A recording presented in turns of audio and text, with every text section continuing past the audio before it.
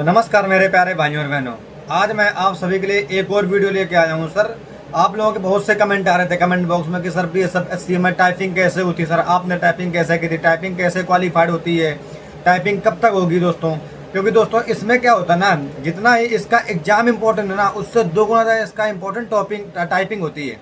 अगर जो आप टाइपिंग ये समझ लो कि टाइपिंग में 100 का 70% लड़का टाइपिंग में बार होता है। इसमें आप मोटा मोटा ये समझ लो कि 100 का 70% लड़का इसका टाइपिंग में ही बार होता है। रिटर्न में तो लगभग ये होता है कि आप कर जाओगे, क्योंकि रिटर्न में जो ना एचसीएम में आते हैं ना, वो मैक्सिमम 80 के बंदे ही होते हैं लगभग। तो रिटर्न तो क्वालिफाइड कर लेते हैं, लेकिन उनको टाइपिंग क्वालिफाइड करने में बहुत प्रॉब्लम होती है, क्योंकि एसएससी की टाइपिंग अलग होती है, एचसीएम की टाइपिंग अलग होती है। यहाँ तो बैक स्पेस भी नहीं होगा इस बार, ये भी समझ लो आप, यहाँ तो बैक स्पेस भी नहीं होगा।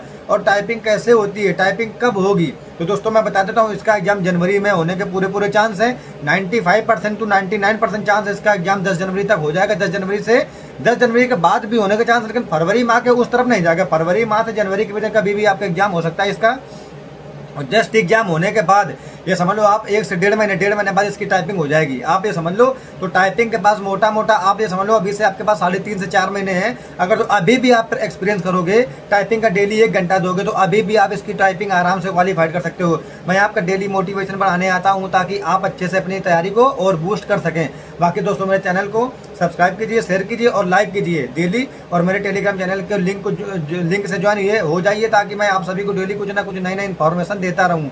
बाकी दोस्तों चलिए मैं अपने टॉपिक पर आता हूँ कि इसकी टाइपिंग कैसे होती है दोस्तों, कैसे काउंट होती है, क्या गलतियाँ होती है और कैसे टाइपिंग इसकी पास की जा सकती है, आपको कहाँ से टाइपिंग करनी है। अगर तो आपके पास लैपटॉप नहीं तो आप कैसे टाइपिंग करोगे। चलो दोस्तों, सबसे पहले पॉइंट है कि इसकी क्योंकि जो कमेंट में आ रहे थे ना, बिल्कुल मैं उसी के हिसाब से आपको समझा रहा हूँ। टाइपिंग स्पीड कैसे काउंट होती है, सबसे पहले कमेंट आया कि सर इसकी टाइपिंग स्पीड कैसे काउंट होती है। तो दोस्तों क्या होता है, मतलब इसका क्या होता है, 10 मिनट में आपको मोटा 1750 वर्ड लिखने होते हैं। वो आप KDEPH ना काउंट करो, आप मोटा 1750 वर्ड काउंट करो। 10 मिनट में टोटल 1750 वर्ड लिखने होते हैं आपको। यानी कि मोटा 5 स्ट्रोक का 1 वर्ड होता है। तो 1750 में जब 5 का भाग दोगे तो मोटा 350 वर्ड जाते हैं इंग्लिश के हिसाब से। मतलब कि आपको 10 मिनट में 350 वर्ड लिखने होते हैं। लिखने मतलब टाइप करने होते हैं कंप्यूटर पे। 350 वर्ड आपको टाइप करने होते हैं कंप्यूटर पर इंग्लिश के। वहीं अगर जो आप हिंदी को उठा लोगे 35 वर्ड पर मिनट की स्पीड से हो रहा है ये 35 वर्ड पर मिनट। 1 मिनट में अगर आप 35 वर्ड लिखोगे तो 10 मिनट में कितना 350 वर्ड हो जाएंगे। वही अगर स्ट्रोक में लिखो तो 1750 स्ट्रोक हो जाएंगे 10 मिनट में। ये इंग्लिश का बता दिया, इंग्लिश का समझ गए ना आप। अब हिंदी में आ जाओ। हिंदी में क्या होता है, 1 मिनट में 30 वर्ड पर मिनट होता है। तो वहीं अगर जो आप 10 मिनट में लिखोगे तो 300 वर्ड पर मिनट, अरे 300 वर्ड पर मतलब 300 वर्ड पर 10 मिनट में हो जाए। मतलब 10 मिनट में आपको 300 वर्ड लिखने हैं हिंदी के।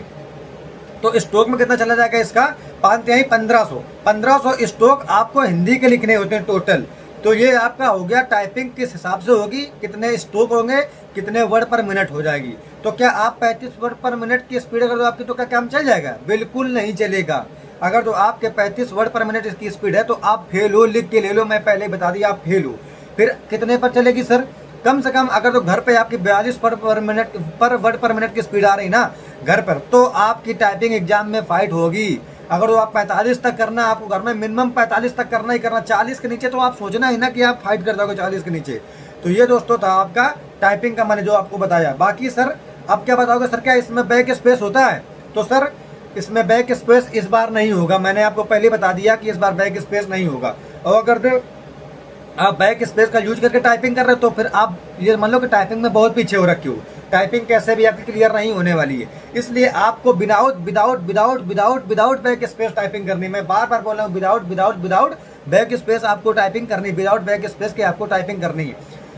और दोस्तों क्या होता है मैं बताऊँ दूसरा पॉइंट क्या कि और आप जितने स्पेस दबाओगे ना इसमें, जैसे आप टाइपिंग कर रहे हो, अगर टाइपिंग किया एक बार स्पेस दबा दो, जितने स्पेस आप दबाओगे वो आपको स्ट्रोक में काउंट होगा।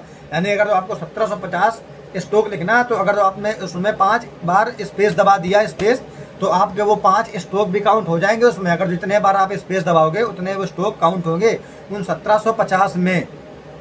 अब तीसरा कमेंट क्या था, क्या सर इसमें निगेटिव मार्किंग होती है। बिल्कुल दोस्त, इसमें निगेटिव मार्किंग भी होती है। मतलब निगेटिव मार्किंग भी होती है और एरर कितनी माफ होती है ये भी बता रहा हूँ दोस्तों।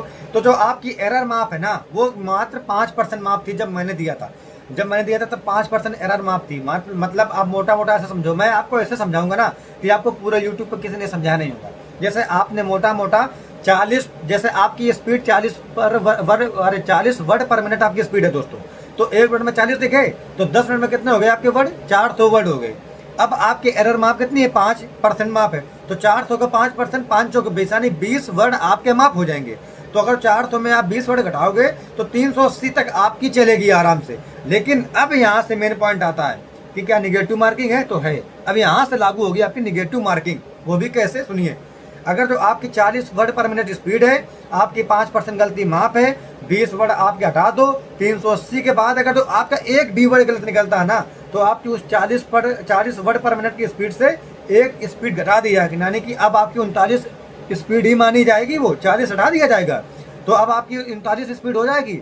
तो अब मोटा मोटा आपकी एक वर्ड गलत निकला तो 39 स्पीड आ गई। यही अगर 2 वर्ड गलत निकले तो 38 आ गई, 3 निकले तो आई 37, 4, 36, 5, 35, यानी अगर जो आपके 5 वर्ड गलत निकल गए उन 380 के बाद में, तो आपकी स्पीड कितनी, 35 वर्ड पर मिनट आ जाएगी, जो कि एग्जाम में 35 वर्ड पर मिनट तक मान है। लेकिन धोखे से भी अगर जो आपका छठा वर्ड और गलत निकल गया, 34 आ गई, वहीं से आपका खल्लास, खल्लास मतलब वहीं से आप बाहर।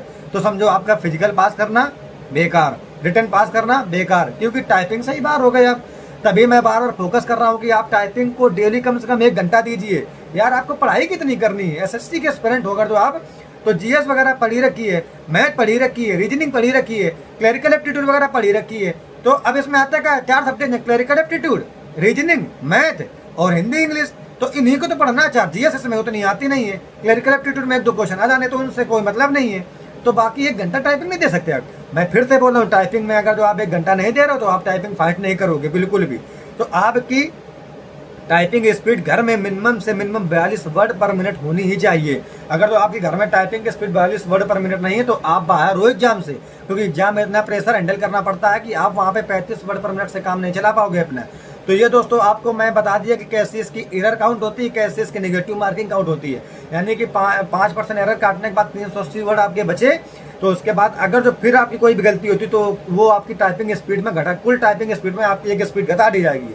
2 वर्ड गलत तो 2 स्पीड, 3 वर्ड तो 3 स्पीड, 4 तो 4, इसी हिसाब से अगर 5 से ज़्यादा गलत निकल गए तो आप फिर बाहर हो जाओगे। सेम ये हिंदी का प्रोसेस है। हिंदी में टोटल 300 वर्ड लिखने होते हैं, 5% इसके कट कर दोगे, 15 निकल जाएंगे, फिर भी आपको 285 करने ही पड़ेंगे। 285 के नीचे अगर जो आपका एक भी गलत होता है तो फिर आपको बाहर किया जाएगा। तो ऐसे ही आपको दोनों से काउंट कर लिया जाएगा।